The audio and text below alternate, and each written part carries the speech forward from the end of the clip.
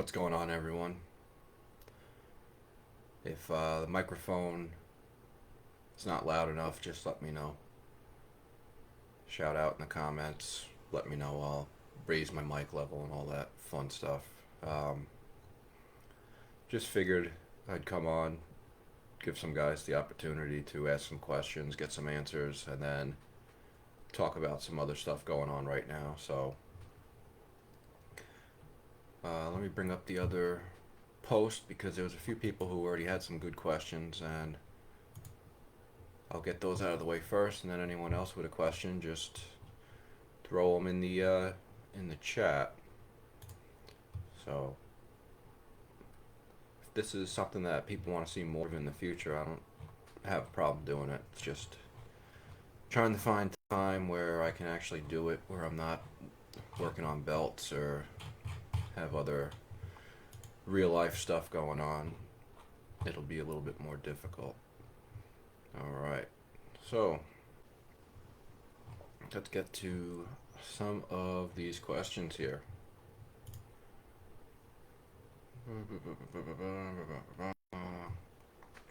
All right, a lot of questions about the AEW Replica Belt. So some of the stuff I can talk about, some of the stuff I can't. But right now, what we are pushing for, as far as the manufacturer, they're in process, they're being made, and we're hoping that the majority of them will be ready in December and hopefully ship for Christmas. So, what is going on over there in China and everything with COVID, shipping has become a real problem. So, um, they will be flown over, air delivery, not sent on a boat. So, it's an extra cost, which is partially why some of the price point for the AEW replicas was a little bit more than what most people are accustomed to. But I've gone over it a million times, all the reasons for what the costs and the molds and the details and how it compares to the other replicas that are 1,500, 2,500 bucks. So a lot of costs there, but the belts are coming from China on a plane, not a boat. So hopefully that'll be enough to get them out in time for Christmas. All right, extras were ordered. So once they do come into the country, they will go on the AEW site and you will be able to purchase them and have them delivered. I do believe they are working on international supplier at that time. So if you're an international fan outside of the US and you didn't use a proxy or you didn't use a friend to pre-order the belt for you, most likely January, maybe at the latest February, they should be able to not only order, but they will ship directly to you. So the pre-order was just a way to get in on the ground floor, and you'll get your belts first. After all the pre-orders are going to be taken care of, they will be a regularly in stock item. So if you missed out on the 1 week pre-order, you'll be able to get it then. So the nameplate situation, there will be several nameplates available. They will be available for a separate cost. They will be sold individually, not in a pack. Those will be put up for sale closer to the release date. In regards to other questions about the AEW replica, personally, I don't think you will need it restoned. The stones on the belt are so much better than anything that we've seen in the replica belts before. So there is a video out there that is on YouTube that Ron Edwardson had Richard Simpson restone his AEW replica.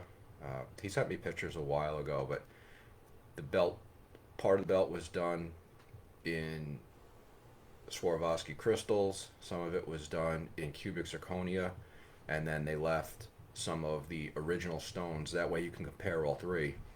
And honestly, the Swarovski's looked better than the cubic zirconia, which was really a surprise to me. So, the people who insist on getting their belts restoned, you know, uh, personally, like it's not an endorsement, but it's not an official endorsement, but I would say, Richard Simpson does have the most experience.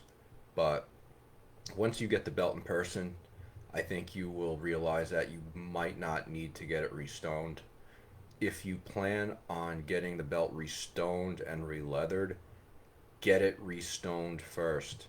All right. Any of the leather guys will tell you the last thing they want, or the restoner guys will tell you, they need to work on the plates, especially the guys who like to drill out to use pointed backs instead of the flat backs. They don't want to mess up the leather. So if you're ever this goes for any belt. If you're gonna get a belt restoned, get it restoned before you get it releathered.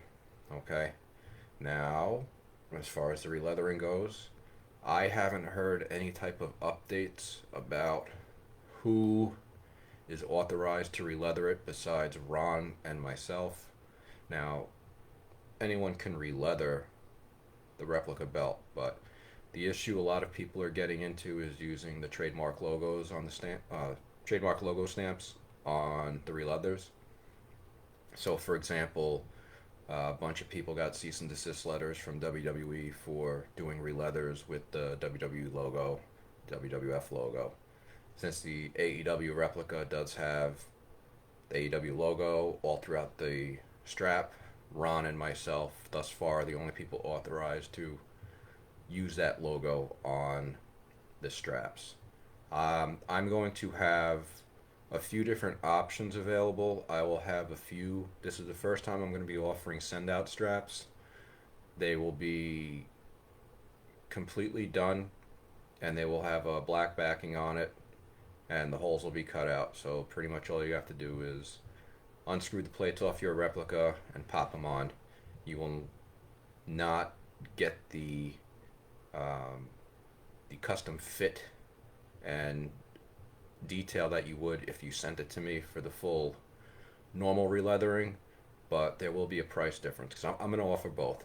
All right, I'm not going to take 50 orders because that'll take up my whole year. There's going to be a certain number of send out straps I do, and then there's going to be a certain number of full custom releathering orders I do. When I am ready to announce that, I will make a post on all the social media, on the Facebook group, and most likely what I'll do is I'll have something on the Belts by Dan website available. That way you can add it to your cart, you can check out through PayPal, and then that'll reserve your spot in line. And then once you get your replica in the mail, you can ship it to me, and we can do that. Or when I have the send out straps ready, they'll be posted as a ready to go item, and you can just purchase it and I'll box it up and send it to you. I do have a lot of belt orders going on. I'm not taking orders from fans, or I guess you would say the public, because I have a lot of contract work coming up. I didn't expect to get New Japan, AEW, and a couple of these yet to be named or yet to be seen companies. It was an explosion. Everybody hit me up all at once, and you got to realize, I don't do belts full time. This is a side gig for me. So I got my normal job. I got my family, my kids, my pets, my wife. I can't work 24/7. So those orders for the big companies for TV are always going to be a priority. I do have a queue of existing customers waiting for their belts, and to those people I do apologize. Everyone who ordered a belt from me, I have your plates, I have your straps cut out. It's just, working on a belt, working on plating, working on painting, working on backing, and then, you get an email, you get a call middle of the night or random time depending on, a lot of these people operate on crazy hours, and it's understandable because you're doing a TV show, or you're doing booking, and you might have a booking meeting late in the evening, and then it's like, well, let's see if we can get that belt in time. And as always, belts or customizations to belts are always like the last thing thought about. So I get calls and it's like, hey, Dan, we need a belt in 3 days. Can you do that? No. Dan, we need a belt in 3 weeks. Can you do that? If I'm lucky, maybe. So, yeah, well, it's tough, but that's the status of that. Um, Partially, that is the reason why my prices have gone up. If you look on my website, if you look at the licensed deal belts, they are a little bit more than what people are accustomed to paying. And simply put, I'm not looking to get put into the spot where Milliken, Reggie, and JMR and a bunch of other people and fly by nights have come, where they get the success and then everybody wants a piece of the pie. And it's very easy when you got people willing to hand you over thousands of dollars all at once. So I'm at the point where raising the prices right now is doing a good enough job of lowering the amount of people interested in the product. Even if I was a full-time shop, I still wouldn't be able to handle every order. I don't take releathering orders. Anyone looking to get a belt releathered, there's other people I recommend. I'm probably going to start charging them a recommendation tax because I'm giving these guys so much business, which is kind of funny. Um, no, that's a joke. Everyone thinks I'm a money-hungry maniac, but I will look into that. So be careful. That should handle it on the AEW side. So now I'll get into some of these other questions. Let's see. Boo. Okay, will WWE sell any more WCW replica belts? All right, good question. WWE Shop has been busting out a bunch of new replicas lately. The Winged Eagle, the Classic Tag, the Attitude Tag. The last I heard, they're planning on doing a new European with the classic WW Legends logo, since they refuse to use the block logo anymore. I was told that one was coming out soon. And then a few months ago at the Performance Center, they supposedly casted one of the original 3D cast JMR CNC Big Golds, and I was told that one was going to be coming out closer to the fall and winter. So, WWE Shop has really upped their game in the last year as far as the quality and the detail being put into their new replicas, like this new dual-plated Wing Eagle. It came out a little too soon. They had the typo. They fixed it, and when they went back and fixed it, they actually improved some of the other things that a couple of people call them out on, like the logo not being centered, because they used the artwork with the WWF logo and then they cut the F off to make it WW, but they didn't recenter the logo, so it looked off. They recentered that. They fixed the stud locations. That way the curved bars on the side stick out just like they would on a Reggie or a Dave Winged Eagle that actually have the bars welded. So hopefully that covers the WWE Shop stuff. Talking about replicas, the AEW replicas. I don't work for AEW. I'm an independent contractor, so I get certain specific jobs thrown my way, and I complete them.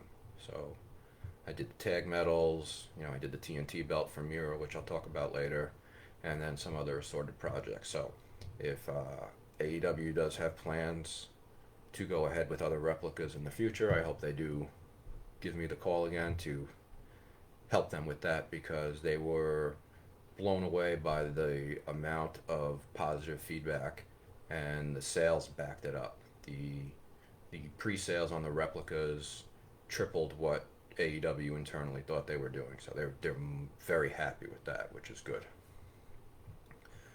All right, more questions. Do I own AEW? No. All right. People want time-lapse video of me making some of the belts, such as the IWGP. Here's the thing. The lighting in my workshop is horrible. I have a GoPro, I have a few phones, I have a recorder. I've taken video in the process of me doing a few belts, and then when I've gone to go edit it, and I've gone to go post it, it just looks horrible. But now that I have the new YouTube channel, the Belts by Dan YouTube channel, the first belt there is the AEW unboxing. There's another belt I'm doing right now that I've been taking video on, and when that debuts, I will have another post for that. The IWGP belt, I have a contract with them, and there's certain stipulations about what I can post and what I can say. So I'm not looking to make the people in New Japan upset. So uh, in process videos of making that belt is not going to happen. All right. Let's see. All right. Go back here. Okay. So, other questions we're getting asked right now. Did I make all the belts behind me? No. All right. Very important. All right. I'm first and foremost, I am a belt collector, belt enthusiast, belt historian. All right. Belt maker is, further back on the list. All right. So, it's like anything that you get into. Like the day your passion, you turn it into a business, and you turn it into something where you can make money or build a business off of it. When you start losing your passion and you start losing the love for actually collecting, for the knowledge and the history of the belts, and it's just about the money, that's when you know it's time to get out. So first and foremost, I'm a belt collector. I've been collecting belts since 1998. So the belts behind me is part of my personal collection. So, you see this behind me, and a lot of people mention like, "Hey Dan, where's your WWF belts? Where are your WWE belts? Where's the belts from this company, that company?" Well, this is my office has several walls. There's several shelves. Sometimes I mix and match and pull things in and out for you guys to see, but I don't. I can't fit everything, and maybe someday I will do a tour. It's nothing impressive. I try to keep my collection at any time to 50 belts or under, because based on my shelving, that's what I can fit, and I don't want to be one of those people who have belts just hanging out in every room of their house. And I do have my workshop, and the belts for customers are there. That's not a place to display my collection.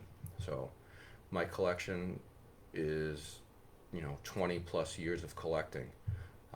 Big issue a lot of people have when they get into the hobby is they want so much, and they want it all at once. So what you got people dumping in huge amounts of money to either A, get authentic license belts, or they buy a bunch of replicas, or they go the cheap route and they buy 20 bootlegs all at once. And what happens is, well, you got your instant gratuity or instant gratification.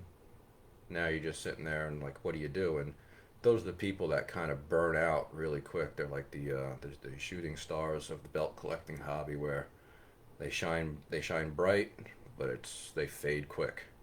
So there's something to be said for the people. We are unfortunately we are a minority now. The people who don't want to go the bootleg route, the people who want to do things the right way, and unfortunately, people like Dave and Reggie and JMR just made that impossible. So there's a lot of people out there waiting a long time for belts, and they're not going to get them. So, I don't condone bootlegs, but in certain cases I do understand. But that's not necessarily a green light to go ahead and do it, because we've tried allowing some of that in the forum over the past 20 years, and it starts getting difficult where it's like, well, why is a bootleg of this person okay, but we can't bootleg this person or that person? And honestly, there's 3 belt makers that really screwed people over, and there's probably another dozen of us who run legitimate, upright businesses, and you guys still steal from us. So, as someone who's trying to maintain some kind of semblance of order in a group of 8,000 people, it's just easier to say no bootlegs instead of allowing bootlegs, or allowing bootlegs of JMR and bootlegs of this guy, but no bootlegs of me, or no bootlegs of Top Rope. But we start getting into the mental gymnastics debate and the whole bootlegs. Why do you hate bootlegs? Why are you against bootlegs thing? That's a whole video for a different time. Of course, I got off on a rant and a tangent like I usually do. So behind me, I have belts from Reggie. I have belts from Dave. I have belts from JMR. I have belts from Top Rope. I have belts from uh, Champion Craft. I have belts from myself. I have belts from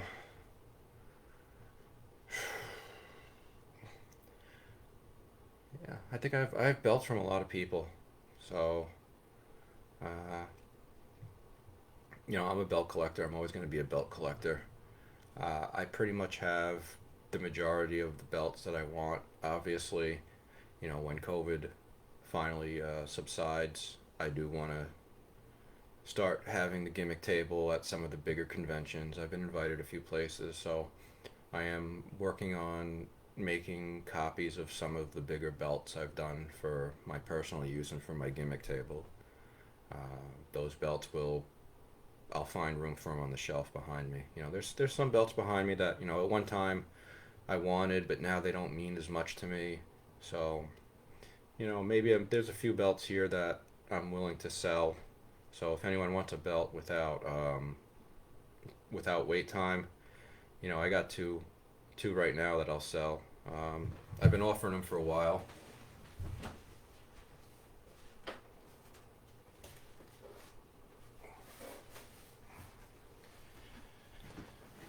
This is the shameless self-promotion portion of the stream. If you're watching this on the YouTube replay, you can probably fast forward, a few minutes if you don't want to see me shill. First belt is the Top Rope Belts, King of Pancrase. This was my personal belt. I've had it since 2008. Bought it directly from Randy. It is 5-plate raw zinc. It does have the dome. Okay, and there is a spot for nameplates. I have 2 removable nameplates that go on this belt. I have a Boss Rutan and Frank Shamrock. This belt has been in my personal collection since 2008. I am the one and only owner. It was made for me, so I've kept it in good condition. I'm asking $1,500 for it. That includes all taxes, all fees, all shipping worldwide. So if you want to be the King of Pancrase, message me about it.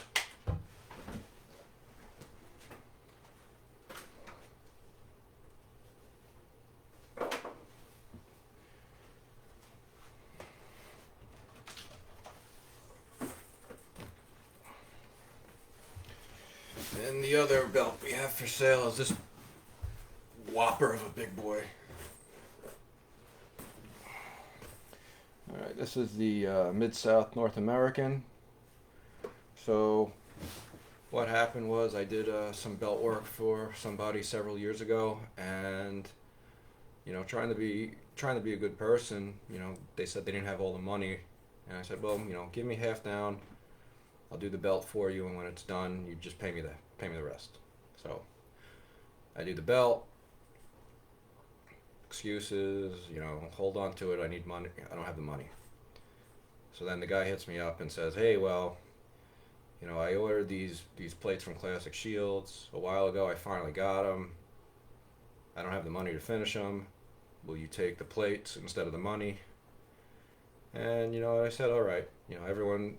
This was several years ago, so this was just around the time where Classic Shields kind of turned the corner from being just crummy mass-produced bootlegs to where they sent their people to proper training to actually learn the real craft, so to say, of having to do the plates right. So I got curious. I want to see what it was like. So guy sent me the plates. I mounted them up on leather. I did everything with the conchos. This belt weighs 22 pounds. It is a big beast. Okay. Overall, it's not too bad. I mean, it's been my personal belt for about 5 years. Um, it's several layers. I saw a lot of I pointed out a lot of the issues that they did wrong with this, but overall, I think it's pretty decent. So if anybody's interested in this belt, 22 pounds, it's the only belt that you will ever see that I've touched of CS plates. So it's gonna be yours. Price is 3,500. Again, includes all shipping, all taxes, all fees, worldwide.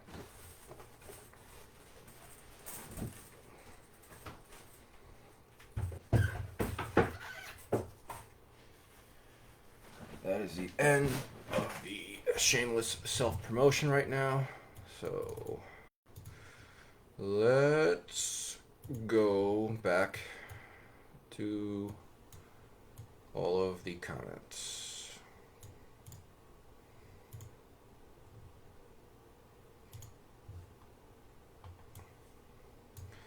So this is my first time doing this, so bear with me. I'm not a professional streamer like some of these other people.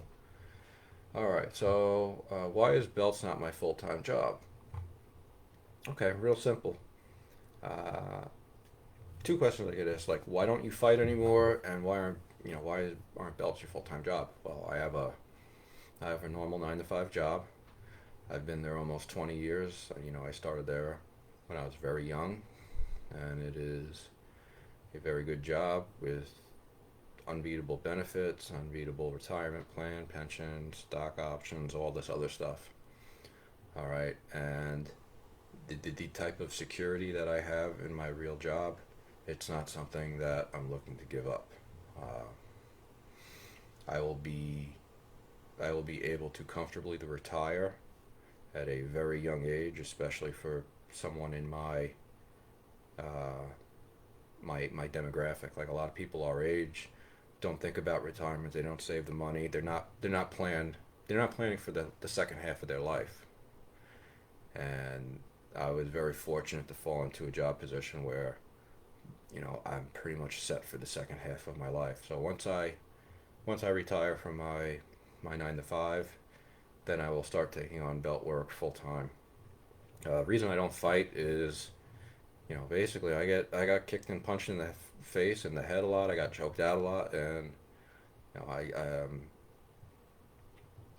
I just, especially my wife and my family, I got to think about them. I can't be putting myself at that type of risk, especially with CTE. CTE is still relatively new, and we've just begun to see some of the long-term effects that affect people who suffer uh, numerous head injuries. Especially NFL players. It's UFC, MMA fighters. I think it's still too young to tell with them, but some of your NFL players like Junior Seau, his suicide was a really big turning point because he knew something was wrong with him.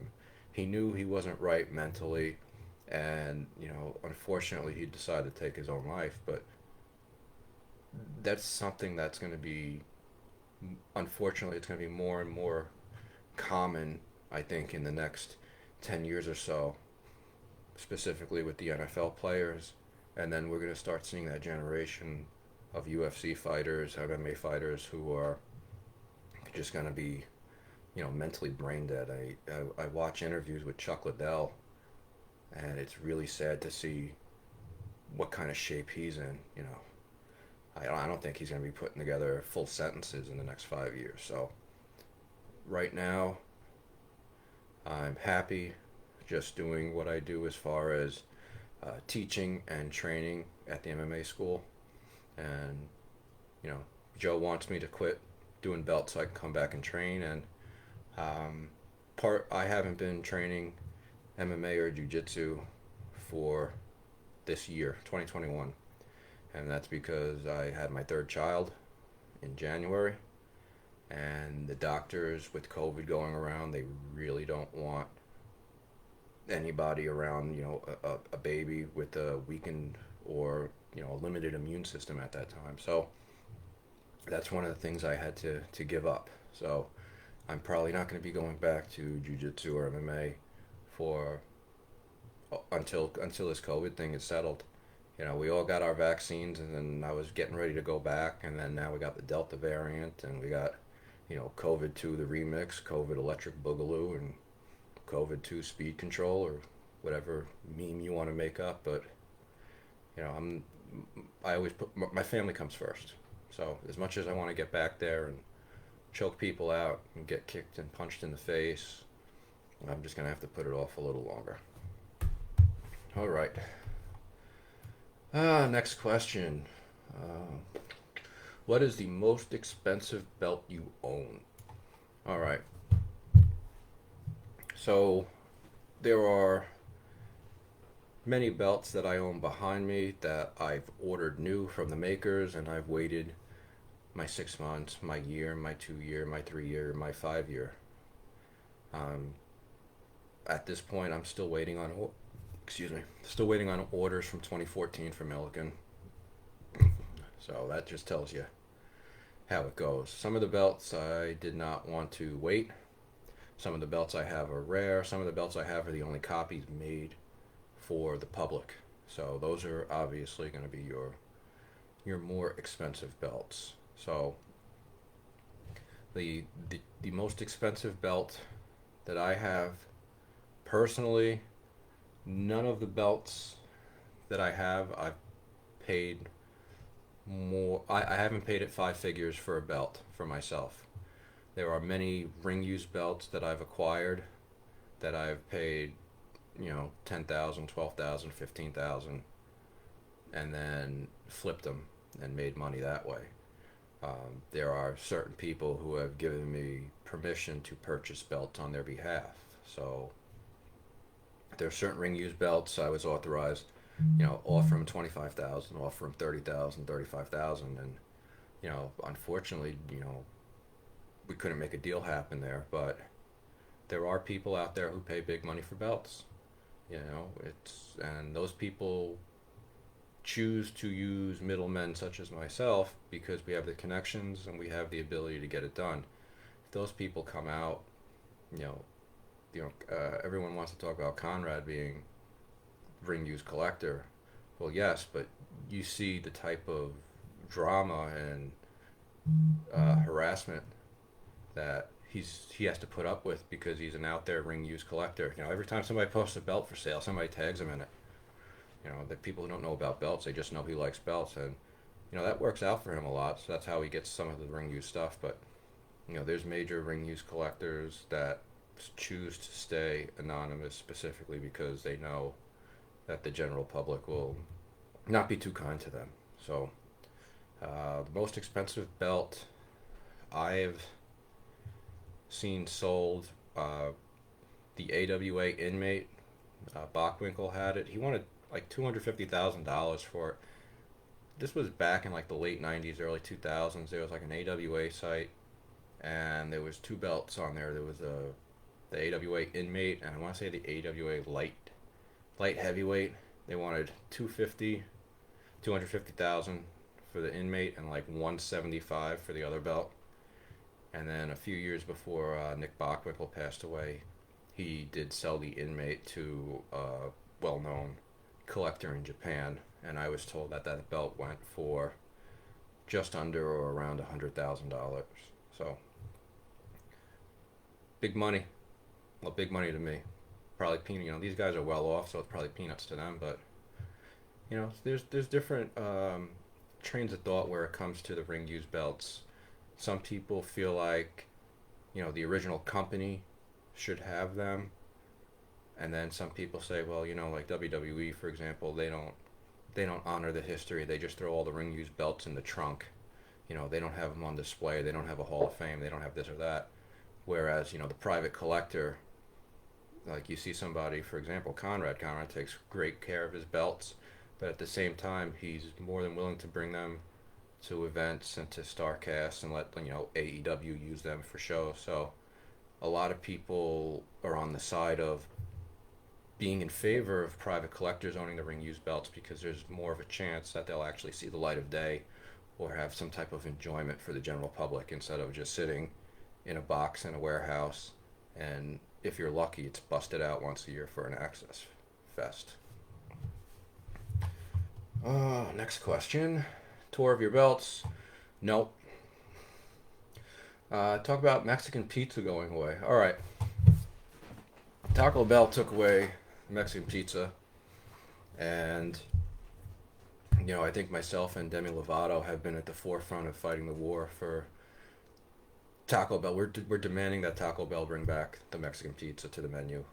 I think a lot of the stuff and the turmoil and unrest you see going on, not only in the United States, the division in America and the division around the world is largely in part to Taco Bell removing the Mexican pizza from their menu. So if anyone from Taco Bell is seeing this, you know, talk to whoever you need to talk to, do the right thing, bring the Mexican pizza back.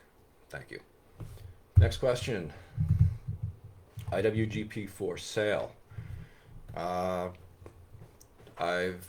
talked to New Japan about it. I'm all ready to go with any type of licensing or real belt deal. They don't like collectors having real copies of their belts, so I'm 99% sure that's off the table. But as you've seen, New Japan has done replicas of the V1, the V2, the V4. They've done several runs of the V4, and then within the last 2 weeks, they've just released the second run of the V1. So I haven't heard anything regarding moving forward with replicas of the V5, but considering they've done replicas of the other belts, I do think that down the road there will be replicas of the V5 available. Hopefully. Fingers crossed. Really wish you were wearing a Mets hat. Alright, so I'm from Queens, so I do have a Mets hat. That's sitting in a closet collecting dust. I will say this. The new stadiums, Citi Field is much nicer than New Yankee Stadium. New Yankee Stadium just feels bland. It doesn't have the charm, the character, the sense of history that the old Yankee Stadium had. The new Yankee Stadium just seems like there's a lot of concrete, just gray concrete and then metal railings, and it was really difficult to navigate around. Whereas like Citi Field, it's got vibrant colors, and with the what is it called, the concourse, you can take a break and you can walk around the entire concourse and do a full circle and see the field the entire time. You can't do that Yankee Stadium, the new Yankee Stadium. When you get to the back by the outfield, like they have I don't know, what do they call it, like the Delta Club or whatever. You got to walk upstairs, around stairs, and if you find your way through that maze, then you end up by the bleacher creatures, and then they have a nice patio out there where you can eat and enjoy and watch the game. But you can't walk all the way around if you just want to kill some time. So I am a Yankee fan. I've always been a Yankee fan, but Citi Field is better than the Yankee Stadium. Boo.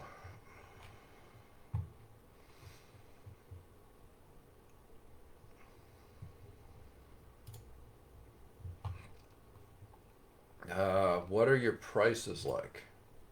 So, when I first started offering belts as a business, I was the first advertiser on this podcast called Something to Wrestle with Bruce Prichard.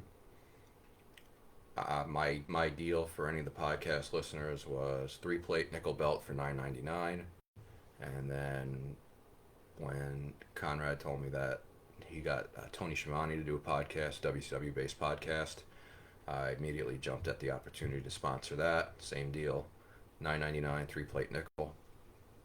I get emails daily from listeners. All right, those two podcasts and basically all the Conrad podcast exploded to the point where I couldn't afford to advertise on them anymore. But that made me where I am today as far as being known to the general public as far as being a belt maker goes. I get emails every day from people who are like, oh, I listened to the Conrad's podcast, I heard about you, what's the price on this? And unfortunately, people still think I do the $9.99 deal. I don't. So right now, my baseline prices are $2,500 for a 3-plate nickel, and then prices go up from there. Extra prices would be for stack plates, additional plates, upgrades to plating, jewels, any of that fancy stuff. And unfortunately, the market is dictated by supply and demand. There is a larger demand for my product than what I am able to supply, therefore my prices are high. If I kept my prices at $9.99, I would have 1,000 orders right now. And as you've found out from other belt makers, that isn't a sustainable business model. People get taken in the end. So I'm raising my prices, and what I hope to do now that I have a really good relationship with the replica factory that we're using for AEW, I think what we can do in the future is we can start getting some mass-produced replicas made of some of the more popular designs I have. So if there's like a design such as the Great American Wrestling belt, the United States belt with the red, white, and blue strap, I think that would be a prime candidate. If we just want to make a generic United States belt, we can have it mass-produced, and then those can probably be sold around $299, $349 mark. But there's a minimum order. So what we would have to do is get a probably like a pre-sale, or kind of like a GoFundMe, because what people don't understand is with the replicas, there's a huge upfront cost to get the molds made. So for example, like a 5-plate belt like that, the molds might be $10,000 up front. So it's $10,000 for the molds, and then you have to do a minimum order of anywhere from 100 to 300 pieces, and then you have your price per belt based on that. So you got to put all of that into your costs, and then you have to factor in freight shipping from China, and then they're going to come in big boxes, so then it's going to be up to me to break them down, repack them, reship them, resend them. So there's a lot of labor, a lot of man hours, a lot of work that goes into that. So if there is demand from the belt community to have a new type of replica series come out of custom belts, let me know. If it's something that it's a design that I have or a design that I use and own, not a design I license, that's something we can do. If somebody out there has a design they think would be good for this, we'll put it to a vote. Basically, we need to get 100 people, 150 plus, to buy it or to back it. And once we do that, then it's off to the races, and 6 months later, we'll have a belt to sell. I think that would be a great way for people to get into the hobby with customs at a little bit more of an affordable price. All right, next question. 7-layer burrito. I do not buy the burritos at Taco Bell. I'm a Chipotle guy as far as burritos go, which is kind of funny because I did not eat Chipotle for years because of the South Park episode. I was afraid of that. I'd be shitting my pants as soon as I ate Chipotle. And then they opened one near my work, and I went there, and I was like, yeah, this is good. So if I want a burrito, I'm going to Chipotle. The only reason to go to Taco Bell was for Mexican pizza and the cheesy potato burrito, but they no longer offer the crunchy potatoes, so I haven't been to Taco Bell in over a year. Their loss. Oh, any word on the relaunch of the US Spinner? I haven't heard anything of that. Doesn't mean it's not happening, but here's the thing. Like, I get sources that give me details about this belt and that belt, and then 3 other belts will pop out. It's like, well, that person didn't know. So there might be a US Spinner coming out. I don't know. I think if they are going in the direction of reissuing some of the early replicas with the thin 2mm plates and redoing them as a proper 4 millimeter, 6 millimeter casted style belt. I think they need to go after the Hogan 86. They need to do that dual plated, not all gold. All right, and then they need to do it with the proper tooling style, the XO tooling, like the first one. But that's just my personal recommendation. I also heard that they were contemplating doing a big green replica, and it'd be interesting to see how they would do that because the big green belt, for people who don't know, has the names of the previous champions on the sides, and depending on licensing, some of those are gimmick names, some of those are people's real names. I'm not sure if they would want to pay royalty or licensing, or if they would just kind of find a slick way around that, maybe put only a last name instead of the first name. I don't know. My copyright and trademark degree from University of Phoenix Online has not arrived yet, so I don't know. All right, next question.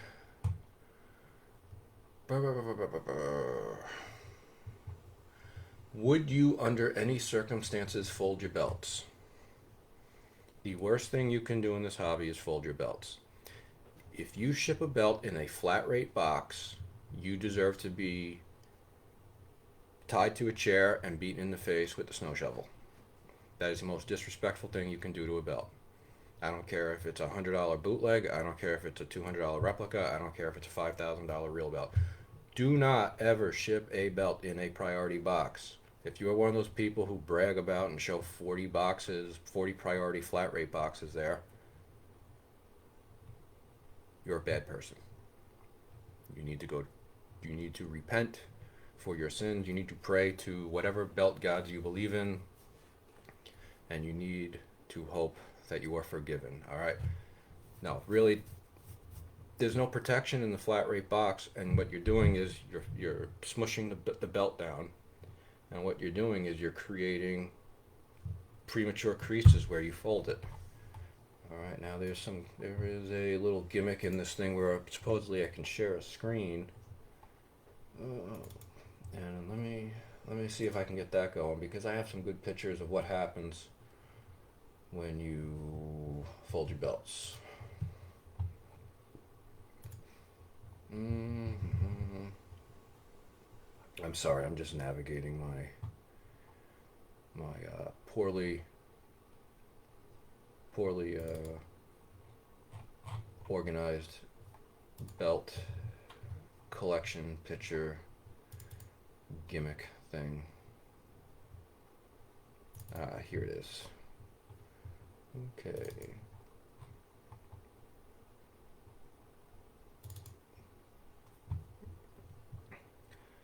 Alright. How do I share this screen?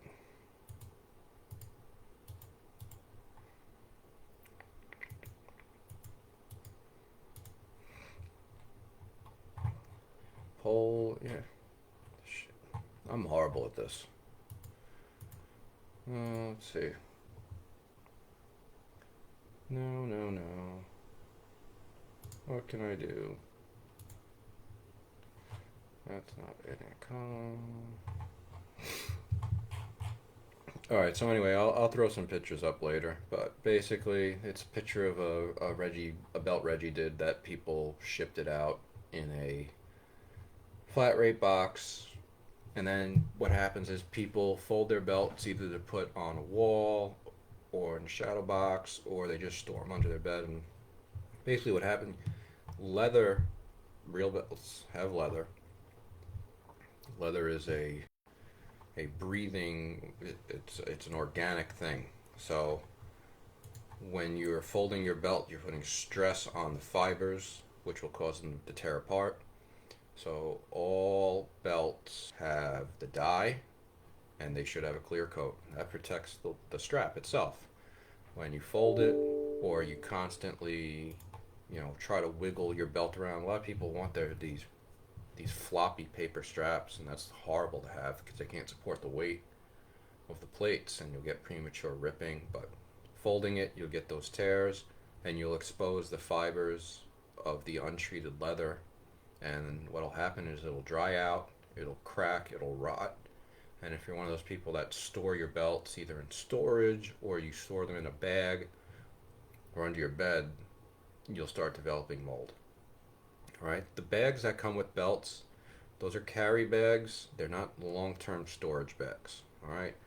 If you're one of those people that keep your belts zipped up or tied up in the belt bag, take them out. You gotta let them breathe. All right? Prevent mold, prevent the stink. Going on that, if you have a belt that smells, if you have a belt that came from someone who smokes, unfortunately, Rico was known for sending brand new belts out that reeked like tobacco because he was a chain smoker. He did the painting for belts that Reggie made and ship it out. And imagine paying $2,000 for a belt, brand new belt. You open the box and it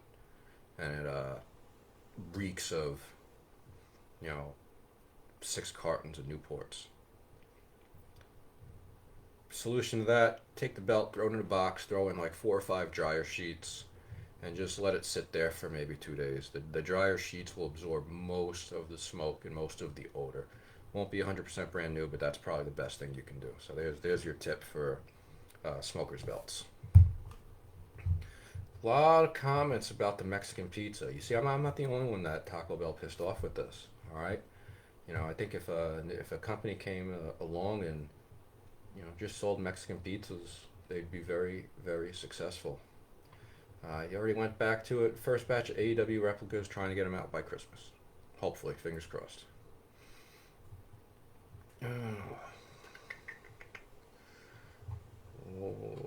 What AEW is that?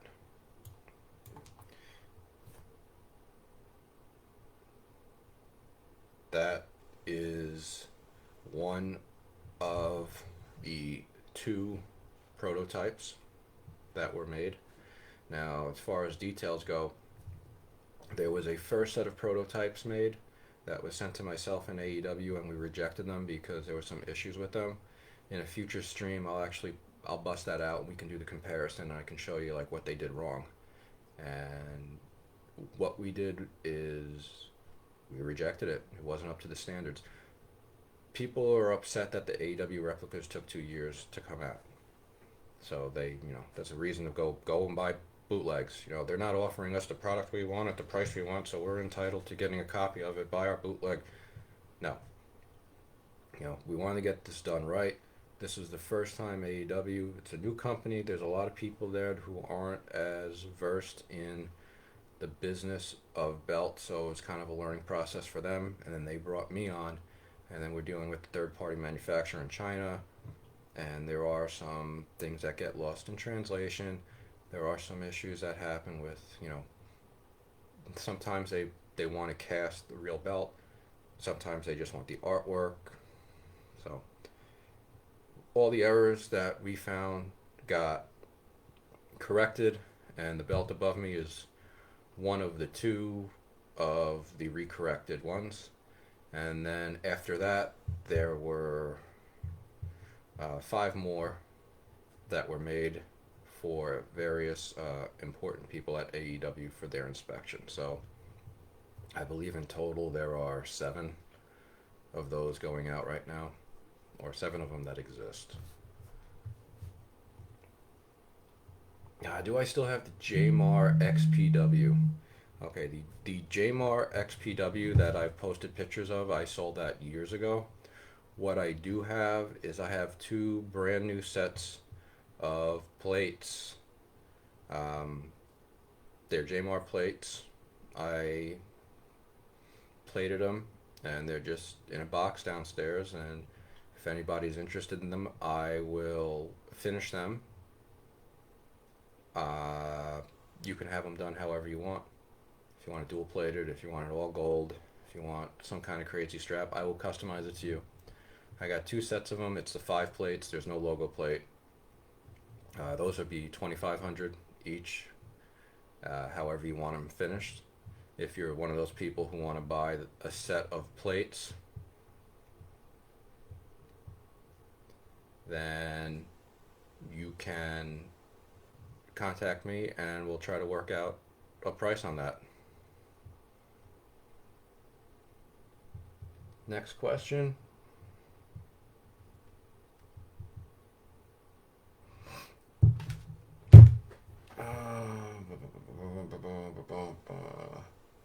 What was the last live wrestling event you attended? Do you? It was a Raw in Charlotte. It was the Raw that Sasha Banks beat Charlotte. I think it was like a falls count anywhere or no holds bar, whatever that is. The match ended in a submission in the aisleway, and if you go back and watch, you will see myself uh, sitting next to Charlotte's mom in the upper right hand corner. I actually, we were there with Conrad and Megan, so I had the rental car for that week, so prior to the event, we stopped by and we picked up Charlotte's mom, and we all got to the arena and we got seated in seats that none of us knew was going to be in the action. So that was pretty cool. Um, let's see. Show the ECW Heavyweight and tell us about it. So, ECW Heavyweight, TV, Tag, FTW. These three all ordered from JMR back when he was occasionally busting out orders. FTW, those were a bad set of plates I bought from JMR like 10 years ago, and then I eventually got around to refinishing it and re-leathering it for myself.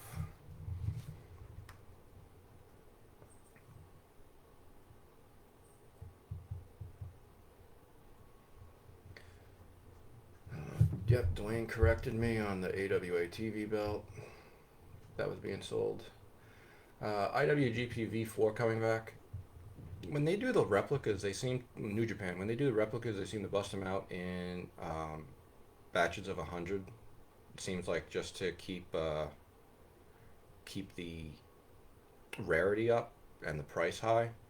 So I think they will. I need a V4. I asked them. I'm doing the V5, and I'm like, hey, can you guys get me a V4? And they said, well, the V4 is handled by a separate company. We really don't have, in much direct contact. It'd be a lot of work for us to get in contact with them. All right, next question.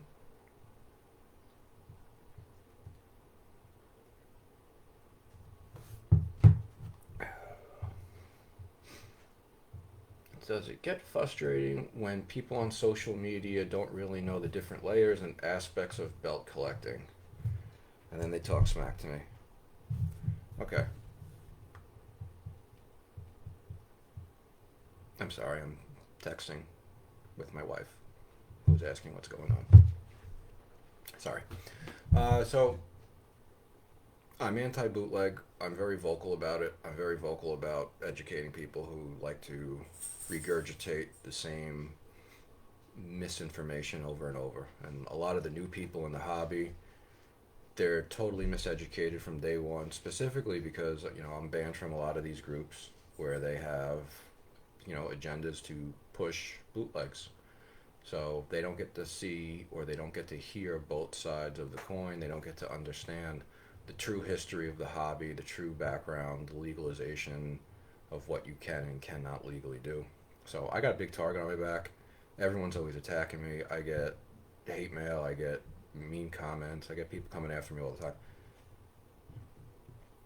That's part of the business. I put myself out there. I'm gonna be, people are gonna love me. People are gonna hate me. I just roll with it. What I really wish would happen is, though, a lot of these people who hate me don't even know me. They never even talk to me. They never even ask me a question. They hate me because I have this reputation or because somebody else told them about all the mean things and bad things I done, and I'm going to come and take their belts. And I'm going to burn the bootlegs, and we're going to only allow $5,000 belts to be collected by everyone. I don't know where that one comes, but that's fun. So Basically, yeah, unban me from all your groups unless you're trying. I mean, what are you afraid of? I'm not reporting anyone. I'm not the belt police. I'm just giving factual information. And if people can't handle the facts and choose to selectively keep myself and other people who share the same knowledge and same background as me, that says more about them than it does about me. Open the forbidden door. Ooh, question one. Question. No, I'm not selling any of the belts behind me. If let's try this again. If anyone wants to buy this one, the Florida.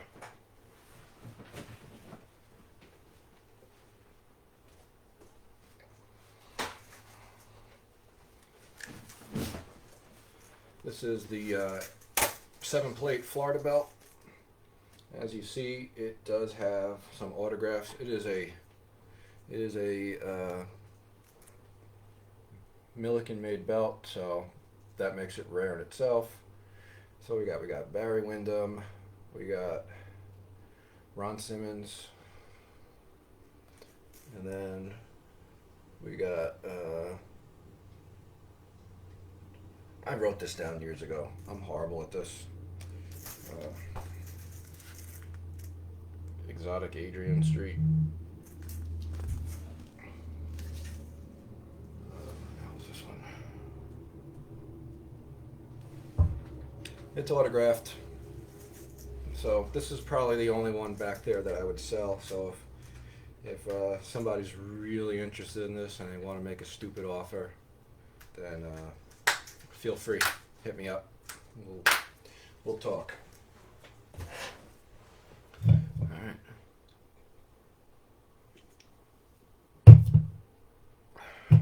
I'm drinking a Miller Lite because I love my IPAs. I love my double IPAs, but damn, are they packed with calories. So, part of COVID was couldn't go to the gym anymore, so I turned my half of the garage into a gym, and I've been trying to stay in shape and maintaining the dad bod, and the double IPAs were really doing a number on my body, enhancing that rotund dad bod figure. So every now and then I got to switch it up to the Miller Lite or the Michelob Ultra because PBR isn't paying me yet. So if PBR wants a belt, they can back up the PBR truck to my house and we'll get a deal done. I'm highly confident that PBR is watching this. So belt for booze, right? All right. Where in Queens am I from? I'm from Bridgewood. So I did most of my youth in Howard Beach. So for people who don't know Queens, Howard Beach is pretty much eastern part of Queens, right before you get into Long Island. Howard Beach is known for being a really it's known for being Italian, it's known for the mob, and it's known for being racist. All right, unfortunately, that's the way it is. HBO, there was a incident in the late 80s where some kids were chased down and beat up, and a couple of people died, and HBO made a movie about it. Really sad, but there's been a number of racially motivated incidents in the town. It's really old school Italian. We got the mob there, or what's left of it. So I tell the story. Like my first job, I was pretty much 12 years old selling fireworks for John Gotti. What would happen is Fourth of July was the biggest holiday down in Queens. Everybody would be blowing off fireworks. People would have family coming up, and it wasn't until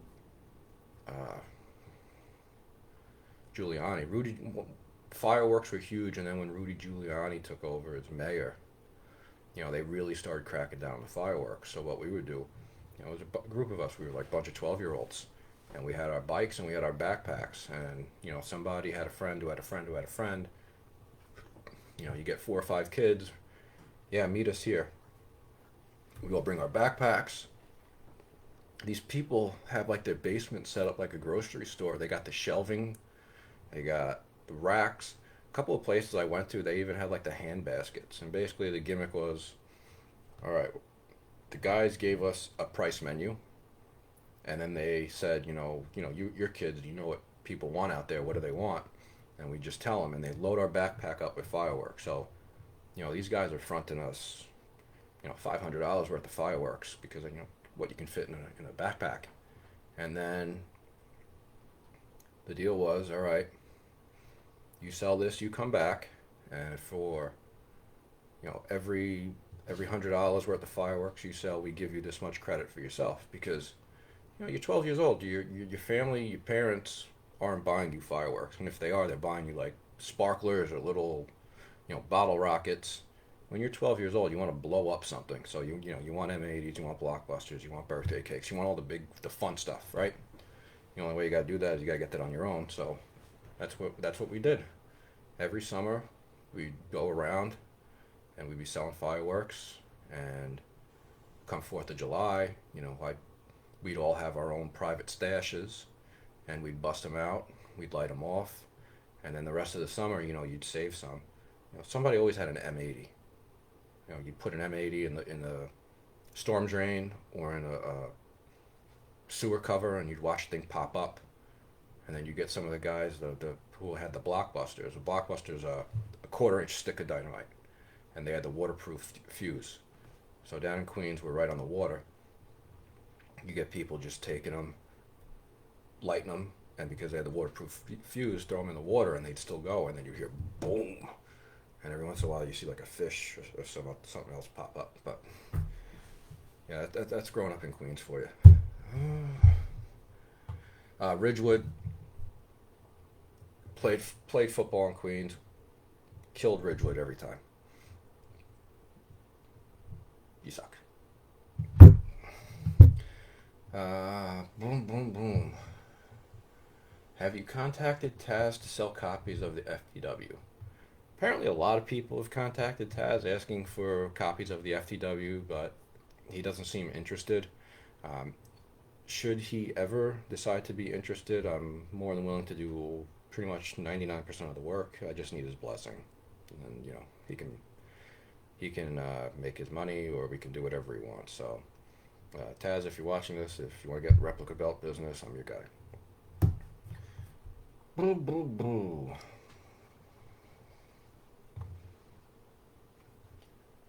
Do you think WWE will ever go back to Milliken or JMR designing their belts or keeping it in-house? No. WWE wants 100% ownership of everything. They want to be in charge. And, Milliken was smart. Milliken's licensing deal where, he gets X number of copies for every type of merchandise product that features one of him or Reggie's belts on it. So, if you ever see Adam Kelly's eBay page, it's pretty much selling all of the stuff that WWE sends Milliken for free. So it's like action figures and whatever other stuff it is. So that's an awesome deal on top of being paid cash. So WWE doesn't want to do that. If they do the design in-house, they're already paying people to design props, to design sets, to design website graphics.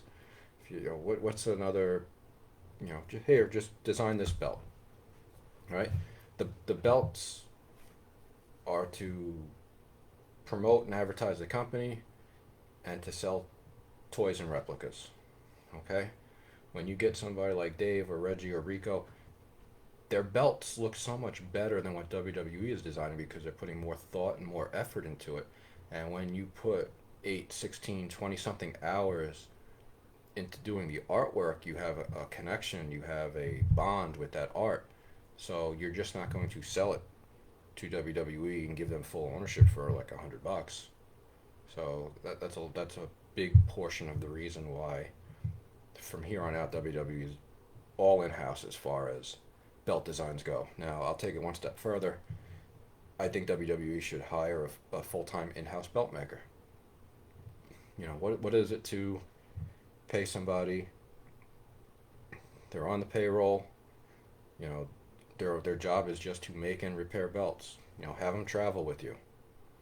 There's no reason WWE needs to have 3 or 4 people at a time doing subcontract work for them doing belts, because all these people, you get Wildcat. Wildcat's still doing belts for Ring of Honor, doing belts for like all these other groups. Just hire Wildcat. WWE hire Wildcat, be your full-time belt maker. Boom. He would probably make more money, be less stressful. WWE would probably save money on it, and then they'd have somebody on hand at all time to fix and repair belts and to actually give them some type of knowledge or leadership as far as direction of belts go. A lot of questions here. A lot of good questions, guys. Keep it up. If I don't answer any of them, I'm sorry. I've already gone over an hour. I'm going to try to keep this. I'm going to end at 10, and we can do more of this in the future. So I'm just giving you like a hard break. Boo, boo, boo. Spinners being re-released.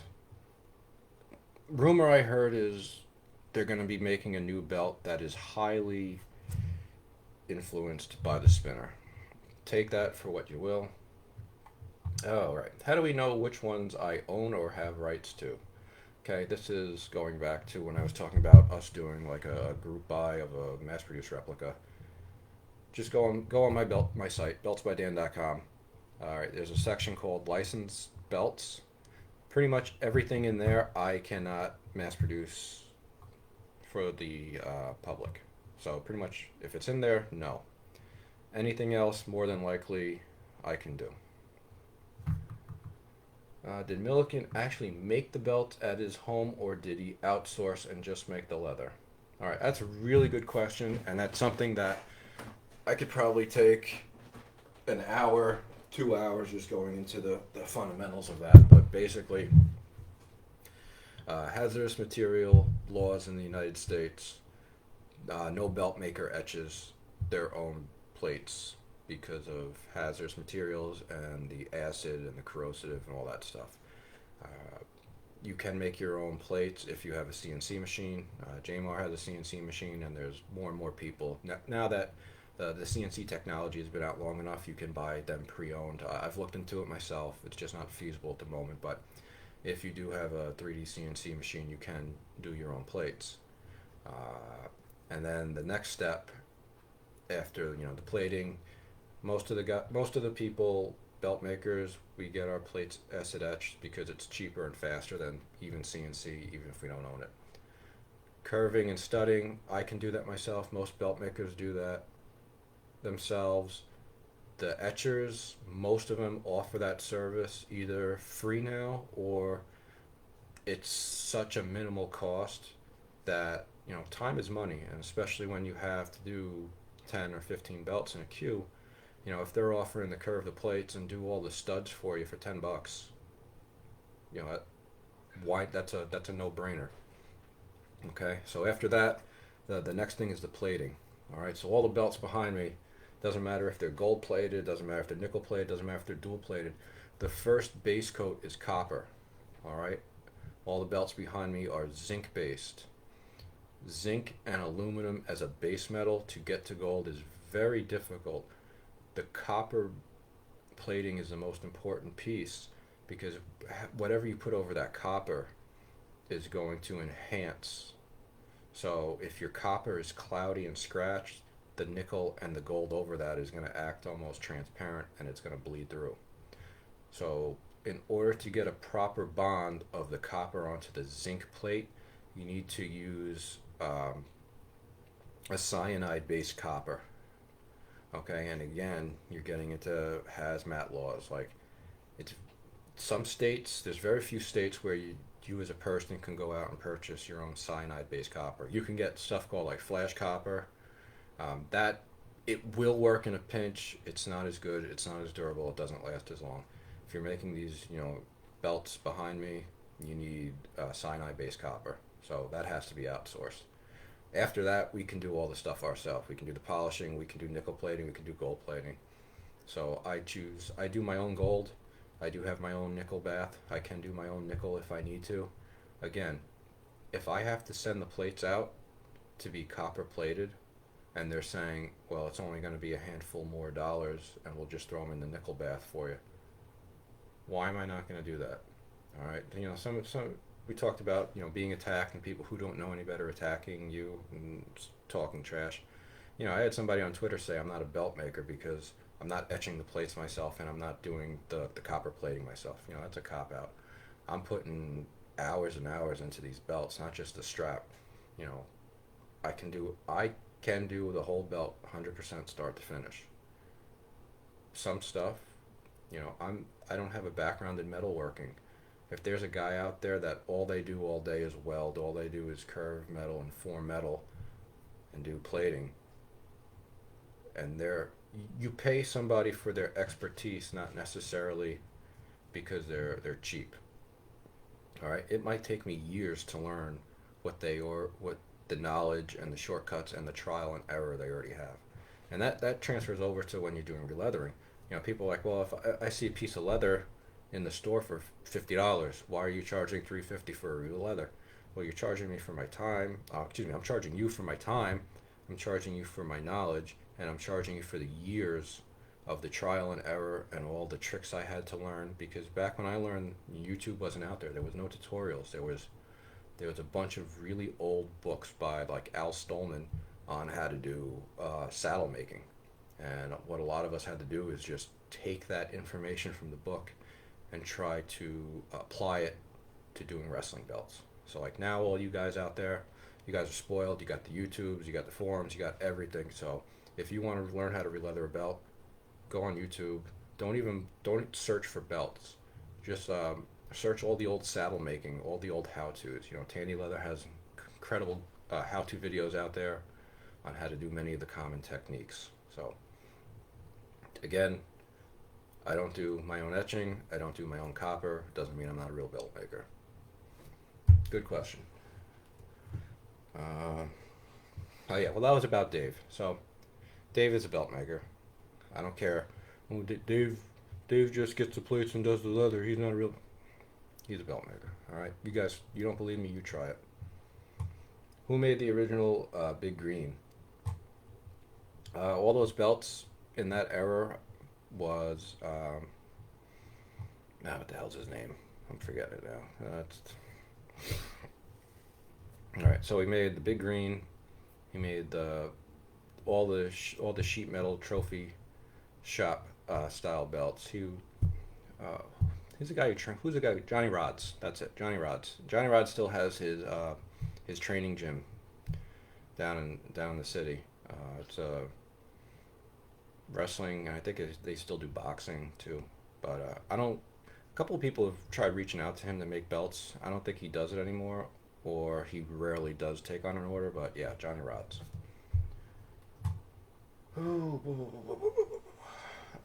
Little information about what the new WWE Tag Team belts were supposed to look like. All right, so WrestleMania. What was the last one in New York? Was that 31? New tags were made there.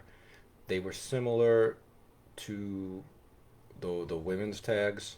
They had a blue strap and they had the SmackDown logo in the center because they were preparing for the move of from SmackDown from, I think it was going from USA to Fox, and then they ended up changing how the SmackDown logo looked like 3 times, so they ended up canning the belts. But the belts did have the removable side plates, and from what I was told at the time, one of the first set of side plates ordered were for like Shane McMahon and Drew McIntyre or something like that.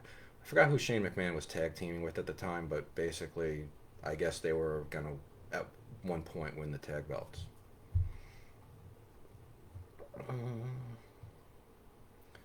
That PowerPoint presentation of belts you were once going to buy, can you share that? All right, tell you what. Next time, if I get this screen sharing gimmick worked out, I will post up the PowerPoint. I still have it saved. All right, you got to remind me on that, Mike.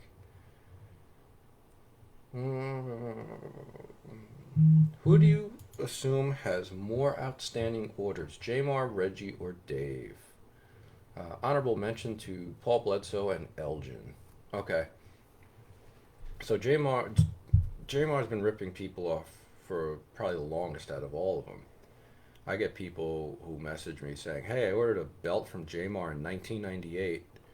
Here's a copy of the money orders and my order that I faxed to him. You think you can help me?" Like, it's been 20 years. Like, what are you gonna do? All right, but enough people know or have known, like even going back to the days of the Yahoo groups, which puts us at 1999, 2000. Enough people knew that JMO was kind of wonky back then, so I don't think he owes as many belts to people as people think. Um, Paul Bledsoe, he comes and goes as he pleases. He rips off people at a small clip. Elgin, I haven't heard about him in like 10 years. I don't think any. There's a small number of people probably owed stuff. Dave and Reggie are the big ones. I think Dave owes more belts to people than anyone right now, um, solely because of all the licensing belts. I think that's really what killed him. Reggie claims he didn't know that he had a queue back order. He thought he just didn't stop getting orders, and Dave was doing them all. That's a cop out excuse. There's I hear bits and pieces from people about the situation going on between Rico, Dave, and Reggie. None of it sounds right. Part of it, most of the people are putting the blame on Rico. You know, maybe if somebody from that LLC would come out and make a public statement, or just kind of try to clear the air and make some kind of apology and set the record straight, instead of relying on me getting leaks and trying to give people some type of information about the order. The one thing I do know is Dave Milliken's email. He supposedly lost access to his AOL email, so supposedly the newest way to contact him is through the same email, but now at Gmail instead of AOL. If you're owed a belt, this is my recommendation. The squeaky wheel gets grease. All right. I know he's blocking people on Twitter who come after him, so email him, text him, and for all the people who ordered a belt directly from Dave, Reggie, or Rico, print out any of the copies you have of the correspondence you have with them. Print out copies of payment, proof of payment, all the proofs you have, all right? And then you need to hire a lawyer. And this might cost you maybe $100 to $300 total. And what you need to do is you need to get a written letter drafted by the lawyer, and you need to send it in the mail, old school mail, with the return receipt, which means that when the person from post office goes to deliver it, the person it's addressed to has to sign for it on a little card, and then they send you the card back as proof. All right? You need to send a copy of that to Dave, Reggie, Rico, whomever you paid, whoever had the order, and you need to send a copy to the Attorney General of the state in which that person resides. So if you're owed a belt from Reggie, it would be the Attorney General of Arizona. If you went through Rico, that would be Virginia. And if you went through Dave, it would be Tennessee. And for a short time, he moved to Alabama. So depending on when you paid him at which time. So what you need to do is you need to go after him legally. It's going to take you some more money, but when you get enough people going after them, especially through the Attorney General of that state, if they start to open an investigation, then you start seeing things happen. So I'm in the same boat as all of you. I'm owed stuff. Probably never gonna see it, but once COVID stops and we can start traveling freely again, maybe I'll make some house calls. Wouldn't be the first time I've done that, right? Right.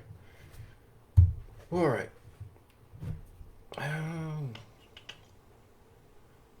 Whatever happened to the small scale Reggie Parks Classic IC belt? So I sold 3 of those. I have them here. They are almost done. Unfortunately, all of these big rush orders came in one after the other, so those things had to go to the side. I talked to one of the customers the other day.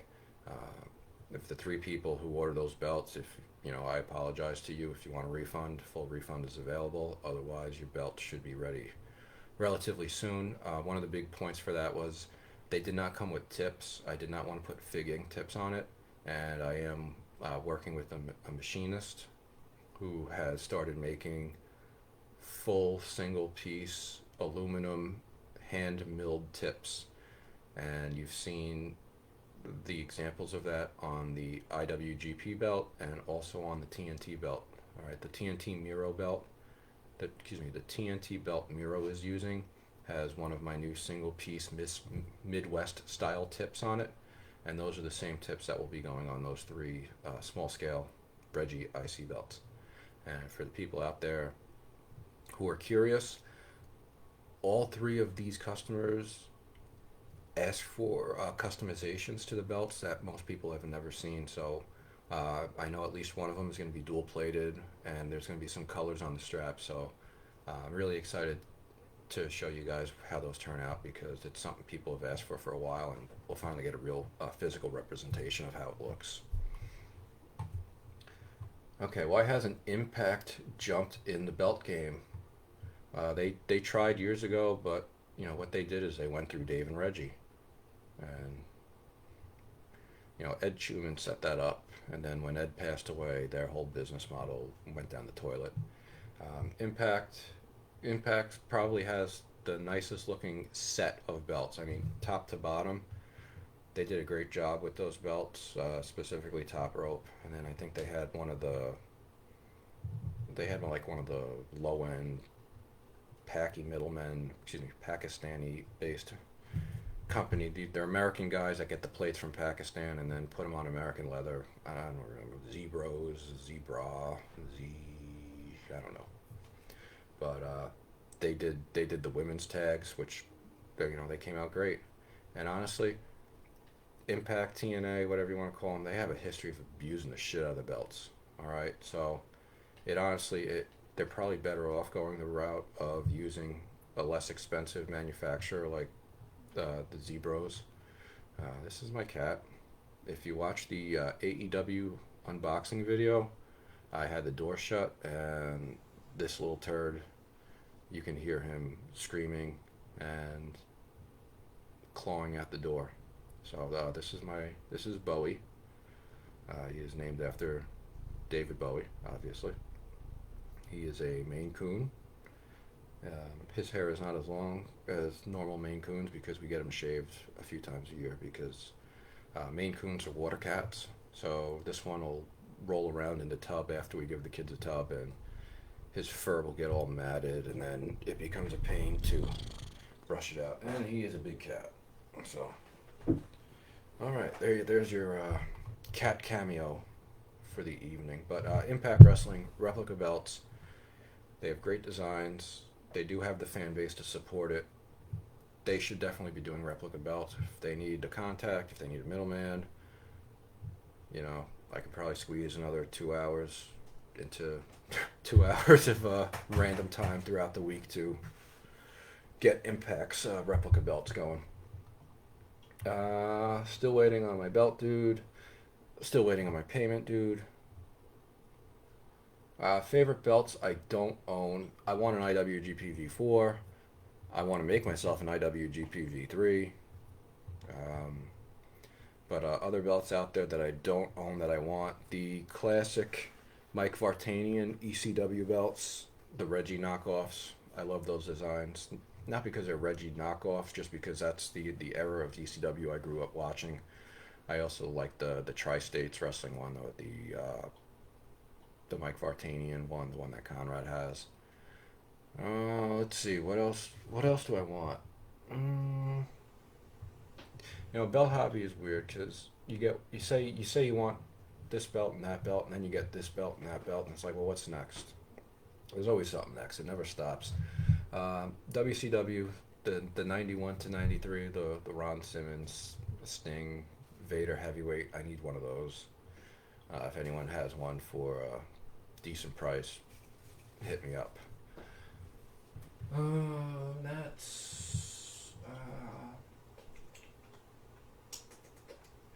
Oh yeah, there's one other MMA belt out there that I want, the UFC V3. I know there's not many out there. It's probably easier trying to win one, but they're giving out replicas now. So that's it on that. What belt do you own has the most interesting story behind it? Okay, every belt can tell a story. Um, that's gonna have to be a story for another day because we're running over on time. But there's some good stories. There's some stories on belts where that involves me getting in a car at 2 a.m. driving 8 hours, knocking on someone's door and playing Repo Man. What baby is your belt that you would never sell? Yes, this one. This is the custom NWA TV belt that was ordered back, I want to say 2001 by Sam McLean. You might know him as Rensa. He died a few years ago, but he sold the belt to a collector in the early 2000s who traded it to me for a Mike Hamilton big gold that probably rusted within a month of the guy getting it. And then this belt, that TV belt, that's the TV belt that most people base their TV belts and their bootlegs off of. It has black paint instead of the blue. It's got red backing. It's got a logo plate and tip. The NWA TV belt never had a logo plate. It's got red backing, and it's one of the deeper etched belts. So for those who don't know, when we go into acid etching, when they change the acid out of the tanks, the first few batches that etch, because the acid is fresh and stronger, it tends to etch the plates slightly deeper. So you get what people call like HD etching, which that's a marketing ploy, all right? There's no such thing as HD etching. The stuff being offered as HD etch from Pakistan, that's standard American etching. They're just finally catching up to how you are supposed to agitate the acid. All right, they're doing their little seesaw bath. That's not really how you should be agitating the acid.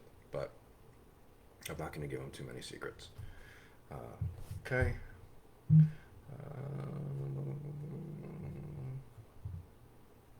A lot more people about Mexican pizza.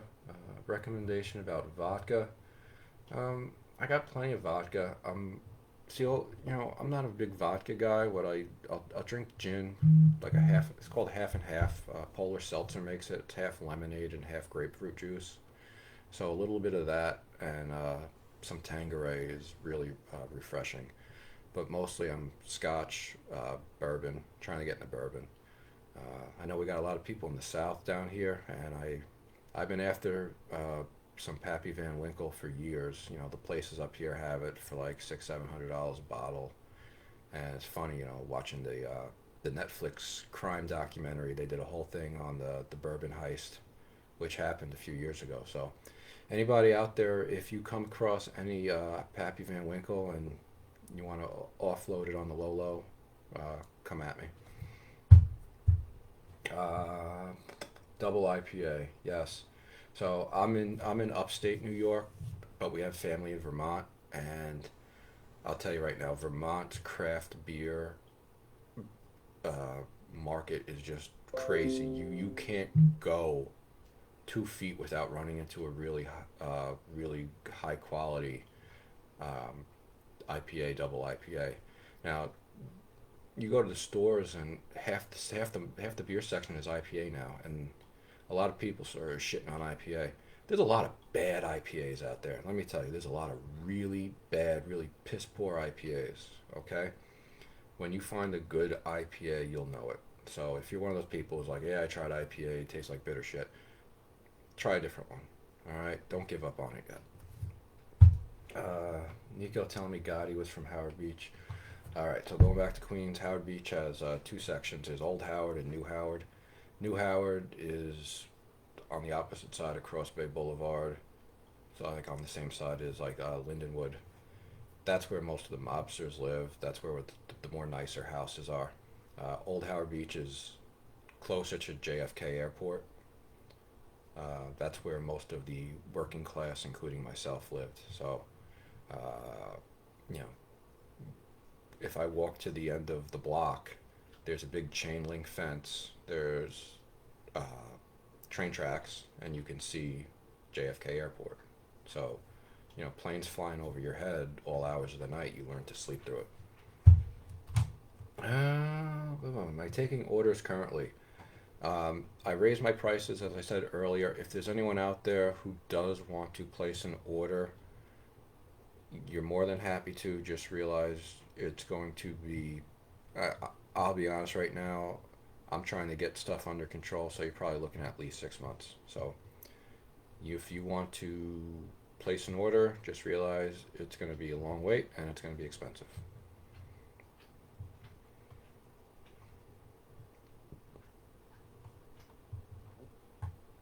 All right, so it's a little past 10. Uh, really, I'm really happy with the turnout. I hope you guys are happy that I answered your questions.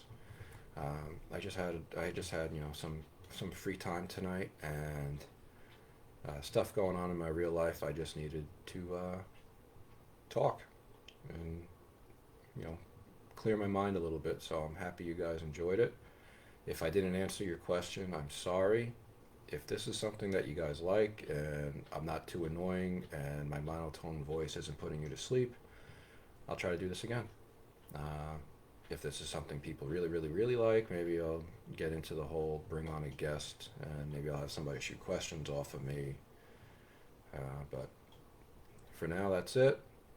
Thanks everyone for watching. The replay will be posted to the Facebook page.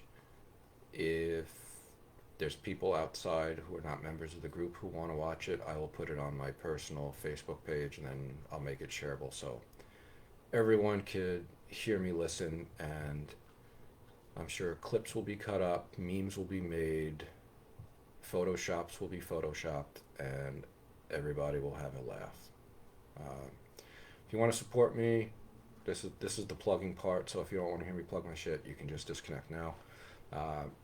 Belt Fan Dan on all social media, Belts by Dan on all social media. I'm starting the new YouTube channel, the Belts by Dan YouTube channel. That's going to be solely for anything that I make as Belts by Dan. Okay, that's not going to be for any of the ring use stuff or any of the belts that I collect as a collector. Make sure you like, subscribe, share that. Once I can get that channel monetized, then it's going to really start going. There's going to be a lot more content for that. If you want to support me, I do have prowrestlingtees.com/Belts by Dan. You can buy BeltTalk shirts. You can buy Belts by Dan shirts. I don't really push them. It's just something that people wanted. If you want to design merch, I can use a new t-shirt design. If you guys want stickers, if you want window decals, if you want anything like that, let me know. I don't know. I just feel weird wearing my own merch. So the one merch I am going to have is hats, not Yankee hats, but what we have is I have custom hats coming. So what it's going to be is going to be a Belts by Dan leather patch, maybe about this big, and it's going to be riveted to the hat. And we got a few fabric hats, a few trucker style hats. That's something that my wife is going to be working on with me. We're making this a family business now, so get your merch. More to come. All right, guys. Thanks for your support. Thanks for staying a member. Thanks for not trolling the shit out of me. As always, email, DM, IM, PM, M&M. I'm not a hard person to get in contact to. Anytime you got a question, just hit me up. All right, guys. I will see you on the next one.